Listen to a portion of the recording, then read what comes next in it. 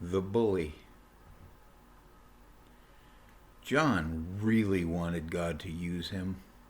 He dreamed of showing up somewhere just in the nick of time and doing something powerful and amazing to help save a lot of people from disaster.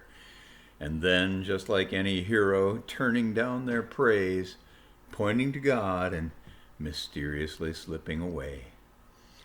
He'd pray and pray for God to give him an assignment that really mattered. Then one day, God spoke to him. Oh, not in a thunderous, room-shaking, deep-bass voice.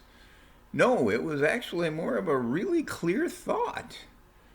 But it was so clear and so unusual that he just knew it was God. God told him to go to Ezra, a well-known local bully, and give him a message. Ha! This was it! Though he was a little worried about confronting somebody that had actually beaten him up in the past, he was so totally stoked because he knew God was sending him. And he knew exactly what God wanted him to say. So he headed out toward Ezra's neighborhood, kind of expecting to find him beating up another innocent victim. John was ready to face any danger, save any victim, and to deliver the word of the Lord. As he rode his bike from street to street looking, he spotted the villain going into an alley with a smaller kid. And while the pounding hadn't yet started, John knew it was coming, and knew he'd be sent for such a time as this. John pulled up, hopped off his bike, and shouted, "Ezra, God sent me to stop you, and to tell you that he's been watching you, and that all the bad stuff you've done is sending you to hell." Well, let's just say that John didn't exactly catch Ezra on the best day.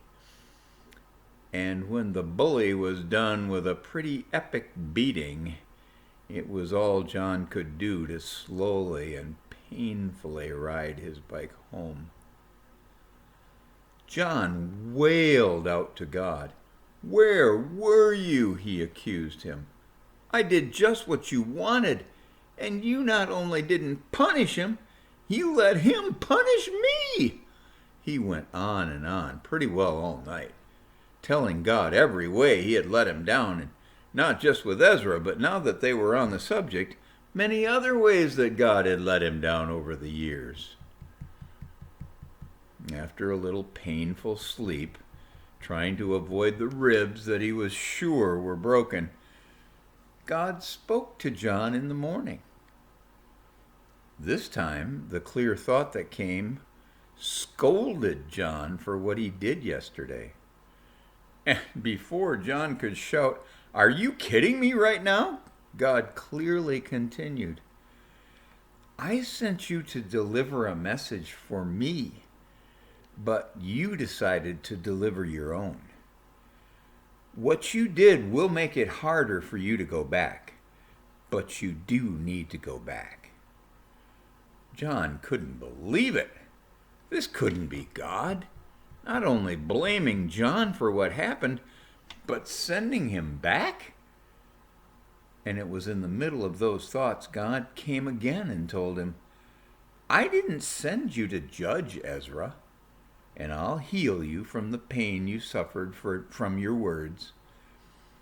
But I do want to get a message to him, and I want you to bring it. Do you still want me to use you?" As John rolled God's question around in his mind, he noticed that his ribs felt much better, and what probably was a broken nose was completely back to normal. "Oh, okay, yes, I do want you to use me," he kind of whimpered. "But don't send me back to Ezra. He'll kill me." "I'll take care of you," promised the Lord. "But this time, tell him this." Well, you can imagine how fast John wasn't riding his bike back to find Ezra. He almost wished he wouldn't find him at all. But there he was. John pulled up about 50 feet from the bully. Noticing the fists already clenched, John swallowed hard and somehow found the strength to say, "I'm really sorry for what I said yesterday." Ezra was leery of this new approach, so he said nothing. John continued, "God did tell me to find you, but when I did, I totally blew it and let out a lot of hate that wasn't from him. What he wanted me to tell you is that he knows about your little brother, and he cares. He wanted me to tell you that your brother will be fine. God will heal that sickness off of him." Ezra tried to be tough, but he did have to fight back a few tears. And he wanted to let his anger lash out at this punk again, but he couldn't. He could only just stand there helpless.